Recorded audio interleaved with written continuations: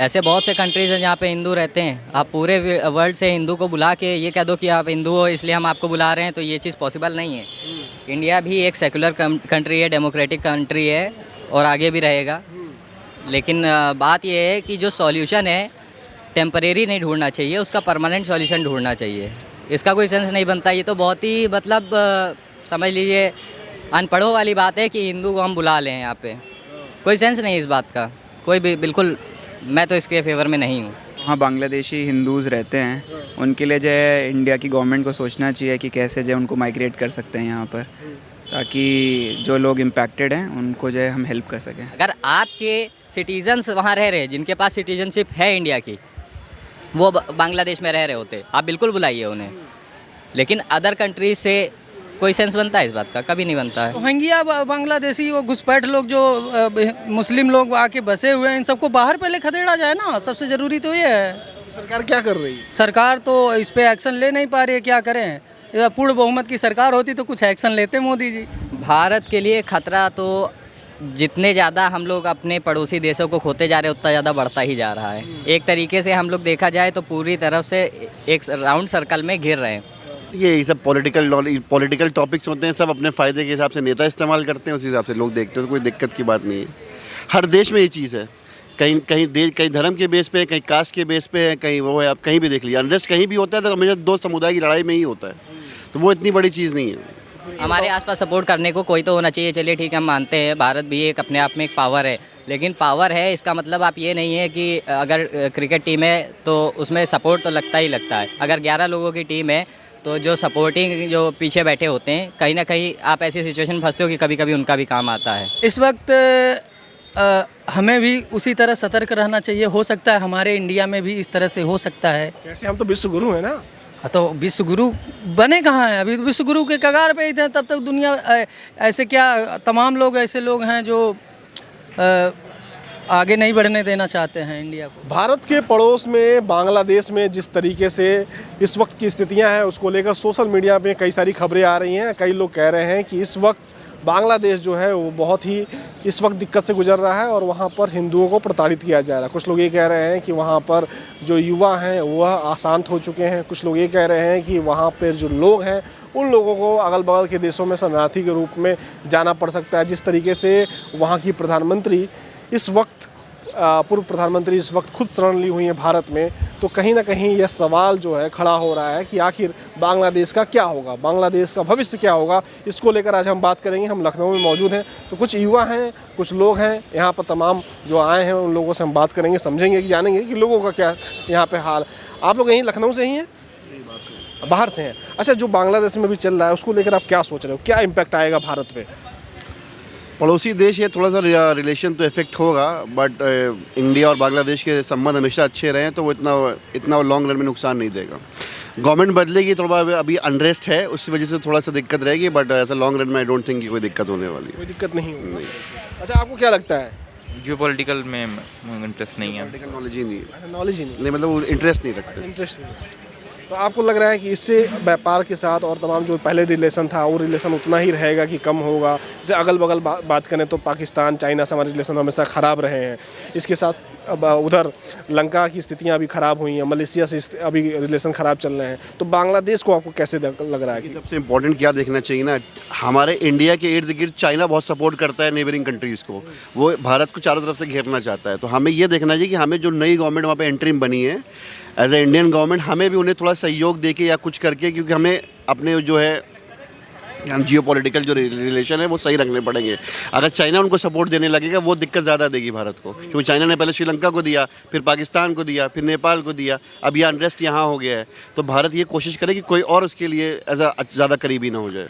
इसी और है, जैसे कि कुछ लोग हैं यहाँ पर भारत में, वो ये कह रहे हैं कि जो संगठन है, हिंदू संगठन है, कुछ ये कह रहे हैं कि वहाँ हिंदू खतरे में है, इस तरह उन लोगों को यहाँ पलायन करा देना चाहिए। तो आखिर लोग जब यहाँ पे आ जाएंगे तो यहाँ के लिए भी दिक्कतें बढ़ जाएंगी। ये सब पॉलिटिकल टॉपिक्स होते हैं, सब अपने फ़ायदे के हिसाब से नेता इस्तेमाल करते हैं, उस हिसाब से लोग देखते हैं, तो कोई दिक्कत की बात नहीं है।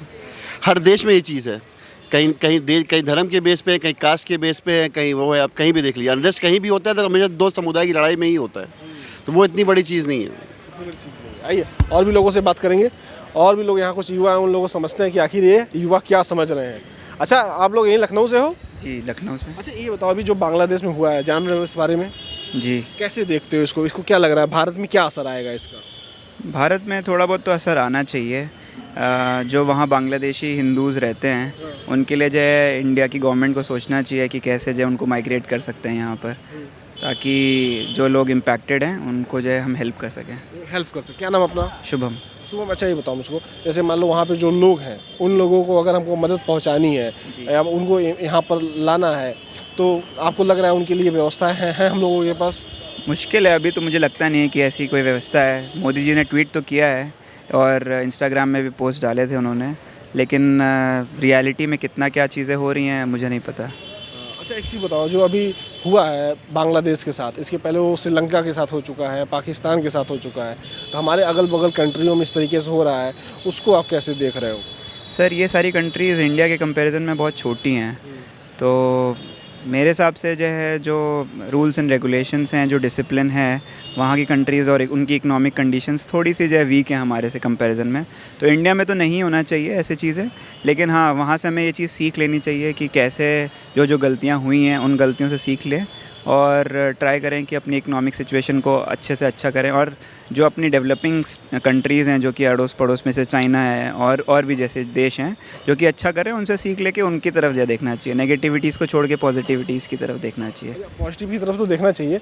अगर देखें इस स्थिति के बारे में, इस चीज़ों के बारे में कि जिस तरीके से तमाम चीज़ें हो रही हैं, ग्राउंड पे हो रही हैं, बगल में श्रीलंका है वो चाइना से मिल गया, आपका पाकिस्तान है वो चाइना से मिल गया, नेपाल का कुछ हाथ चाइना की तरफ बढ़ रहा है, तो जिस तरीके से चाइना अगल बगल कवर कर रहा है, इसको लेकर खतरा आप मानते हो आने वाले वक्त? जी बिल्कुल मानते हैं, और इसीलिए इंडियन गवर्नमेंट इस चीज़ को देख भी रही है। अगर उन्होंने अपने हार्बर्स वहाँ पे इस्टेब्लिश किए हैं तो इंडिया के भी जो है हार्बर्स उसके जस्ट पीछे पे उन्होंने इस्टेब्लिश करने शुरू किए हैं। तो अपनी नेवी और अपना जो डिफेंस सिस्टम है उसमें भी डेफिनेटली वो लोग चीज़ सोच रहे हैं। तो हाँ, डेफिनेटली देख ही रहे हैं उसको। खतरा है कहीं ना कहीं, लेकिन खतरा है, ऐसे उनको हल्के में नहीं लिया जा सकता। हल्के में नहीं लिया जा सकता। आइए और भी लोगों से बात करेंगे, इधर चलते हैं। अच्छा, ये बताओ जो बांग्लादेश में हुआ है, जान रहे हो उसके बारे में? नहीं जान रहे, आप जान रहे हो? क्या हुआ है? बेसिकली जो गवर्नमेंट है उसका तख्ता पलट हुआ है। जो गवर्नमेंट है उसके अगेंस्ट में वहाँ पे प्रोटेस्ट चल रहा है, जो कि बहुत ही वायलेंट प्रोटेस्ट है। अच्छा, इससे भारत पे कोई असर आएगा, आपको क्या लग रहा है? हाँ, कहीं ना कहीं भारत पे असर आएगा, क्योंकि अगर एक हिसाब से देखा जाए तो बांग्लादेश से हमारे टर्म्स जो इंटरनेशनल लेवल पे थे वो बहुत ज़्यादा अच्छे थे। और एक चीज़ थी, जैसे आगे को चल के कोई भी वॉर या कोई भी ऐसी सिचुएशन में आते हम लोग, तो जो बांग्लादेश का जो जियोग्राफी है वो हमें बहुत ज़्यादा सपोर्ट करती थी। और बहुत सारी चीज़ें, जैसे अब गवर्नमेंट ही पूरी ख़त्म हो गई वहाँ पे। अगर मान लीजिए हमें वहाँ पे अपना एयरबेस बनाना है, अगर गवर्नमेंट वही पहले वाली होती तो हम लोगों के लिए बहुत ईजी था, यूँ हो जाता।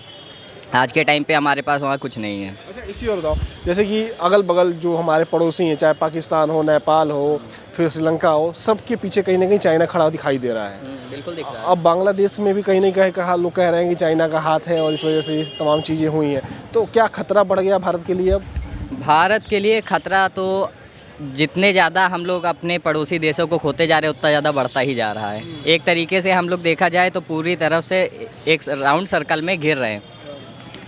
पहले श्रीलंका था, नेपाल था, भूटान था, ठीक है, और सब के सब चले गए। पाकिस्तान है, पाकिस्तान तो हमेशा से ही अगेंस्ट में रहा है। पाकिस्तान से तो कभी कोई उम्मीद मलेशिया है, पाकिस्तान से कोई ज़्यादा उम्मीद नहीं थी। मालदीव से, तमाम से देश हैं। हाँ, मालदीव्स था। मालदीव्स भी बीच में कुछ टाइम में अगेंस्ट में गया था, लेकिन फिर उसके कॉन्सिक्वेंसेस उसको झेलने पड़े थे। लेकिन जो बेसिक जो मेन जो कंट्रीज़ थी जिनका बहुत बेनिफिट मिल रहा था, चाहे वो हम लोगों का इंपोर्ट एक्सपोर्ट या कोई भी चीज़ें हों और भी अदर मतलब एक्टिविटीज़ जो हो रही। मान रहे हो आप देश के लिए खतरा है? हाँ बिल्कुल है, क्योंकि आप देखिए ना, ऊपर से नेपाल और भूटान चला गया, उधर श्रीलंका चला गया, अब बे ऑफ बंगाल में बांग्लादेश चला गया, बचा क्या हमारे पास?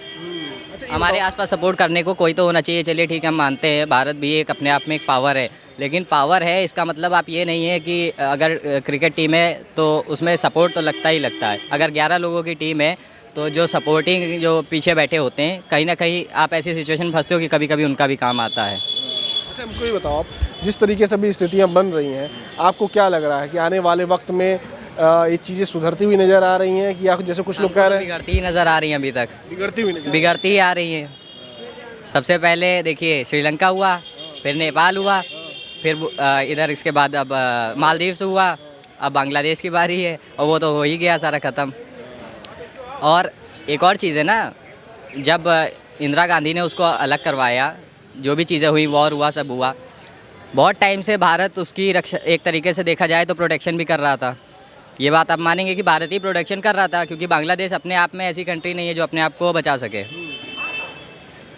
और अगर ये सब चीज़ें हो रही थी तो क्या किसी को इंटरनेशनल लेवल पे पता नहीं था? या तो अगर पता था तो जानबूझ के ये चीज़ होने दी जा रही थी।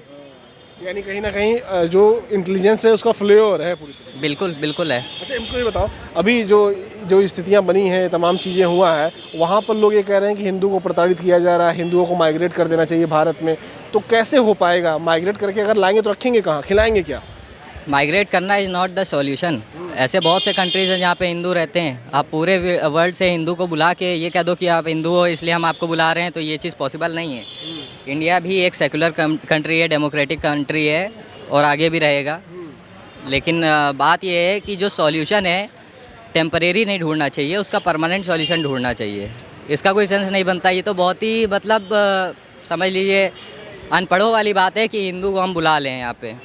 कोई सेंस नहीं इस बात का, कोई भी। बिल्कुल मैं तो इसके फेवर में नहीं हूँ और होपफुली हम चाहते हैं कि गवर्नमेंट भी ना फेवर में हो, क्योंकि अगर वर्ल्ड में भी कहीं ना कहीं कुछ हो रहा है, अगर आपके सिटीजन्स वहाँ रह रहे हैं जिनके पास सिटीजनशिप है इंडिया की, वो बांग्लादेश में रह रहे होते, आप बिल्कुल बुलाइए उन्हें। लेकिन अदर कंट्रीज से कोई सेंस बनता है इस बात का? कभी नहीं बनता है। आखिर उनको लाएंगे तो रखेंगे कहाँ, खिलाएंगे क्या, जॉब कहाँ से देंगे? इंडिया अपने आप में स्ट्रगल कर रहा है। लोगों के पास जॉब नहीं है, वैकेंसी नहीं है, किसी के पास रोज़गार नहीं है, दुनिया की चीज़ें हो रही हैं। इंडिया में खुद इतना सब नाटक चल रहा है, आप बाहर से बुला के पॉपुलेशन कहाँ से कहाँ लेके जाओगे? पॉपुलेशन भी एक फैक्टर है ना। बिल्कुल, ये पॉपुलेशन बड़ी फैक्टर है। आइए और भी लोगों से बात करेंगे। ये बांग्लादेश में क्या हो रहा है? बांग्लादेश में क्या हो रहा है? हाँ, बांग्लादेश में हो रहा है भाई। क्या? अरे हिंदुओं के साथ अत्याचार हो रहा है। हाँ। बिल्कुल। कैसे वहाँ पे मारपीट वगैरह सब लोग जिहादी लोग अपना कर रहे हैं सब। क्या नाम अपना? मेरा कैलाश गुप्ता नाम है। गुप्ता जी, आप ये बताओ तो क्या करना चाहिए इस वक्त? इस वक्त हमें भी उसी तरह सतर्क रहना चाहिए। हो सकता है हमारे इंडिया में भी इस तरह से हो सकता है। कैसे? हम तो विश्व गुरु हैं ना। तो विश्व गुरु बने कहाँ हैं? अभी विश्व गुरु के कगार पे ही थे, तब तक दुनिया ऐसे क्या तमाम लोग ऐसे लोग हैं जो आगे नहीं बढ़ने देना चाहते हैं इंडिया को। कौन है? तमाम लोग अपने इंडिया में ही हैं। इंडिया को आगे नहीं बढ़ना चाहिए? हाँ बिल्कुल। कैसे रोक रहे हैं? कैसे रोक रहे हैं? मोदी जी का पैर पकड़ के खींच रहे हैं, जैसे ये राहुल गांधी जी हो गए हैं। और क्या? कब पकड़े पैर? अरे कब पैर? हमेशा बीच में पेंच डालते रहते हैं। पेच डाल देते? बिल्कुल बिल्कुल। बांग्लादेश में कैसे क्या करें? नहीं, बांग्लादेश की जो बात है तो बांग्लादेश अपने समझेगा कि क्या हमें कैसे करना चाहिए, क्या करना चाहिए। लेकिन कुछ लोग ये कह रहे हैं कि हिंदुओं को भारत बुला लेना चाहिए, हिंदुओं ये सब क्या हो पाएगा? सही है चीज़ें? हो सकता है, करना भी चाहिए। अगर हमारे देश के हैं तो। हमारे देश के नहीं? हमारे देश के नहीं हैं, वहाँ पे बसे भी होंगे, ऐसी बात नहीं है। वहीं के नागरिक हैं? वहीं के नागरिक हैं तो अगर ऐसा मुमकिन है तो कर सकते हैं इंडिया वाले। कहाँ ला के बैठाओगे, कहाँ खिलाओगे, कहाँ नौकरी दोगे? रोहिंग्या बांग्लादेशी वो घुसपैठ लोग जो मुस्लिम लोग आके बसे हुए हैं, इन सबको बाहर पहले खदेड़ा जाए ना। सबसे ज़रूरी तो ये है। सरकार क्या कर रही है? सरकार तो इस पे एक्शन ले नहीं पा रही है। क्या करें? पूर्ण बहुमत की सरकार होती तो कुछ एक्शन लेते मोदी जी। मोदी जी मन के मुताबिक कर नहीं पा रहे हैं। हाँ, मन के मुताबिक कर नहीं पा रहे हैं। आपको क्या लग रहा है आने वाले वक्त में भारत का में कुछ असर पड़ेगा इसका? बिल्कुल असर पड़ेगा। हमारे पड़ोसी देश पे जो पड़ रहा है वो भारत पे भी असर पड़ सकता है। हम लोग को भी कुछ सशक्त तैयार रहना चाहिए। क्या असर पड़ेगा? असर पड़ेगा, हमारी इकोनॉमी पे असर पड़ेगा, सारी चीज़ों पे असर पड़ेगा।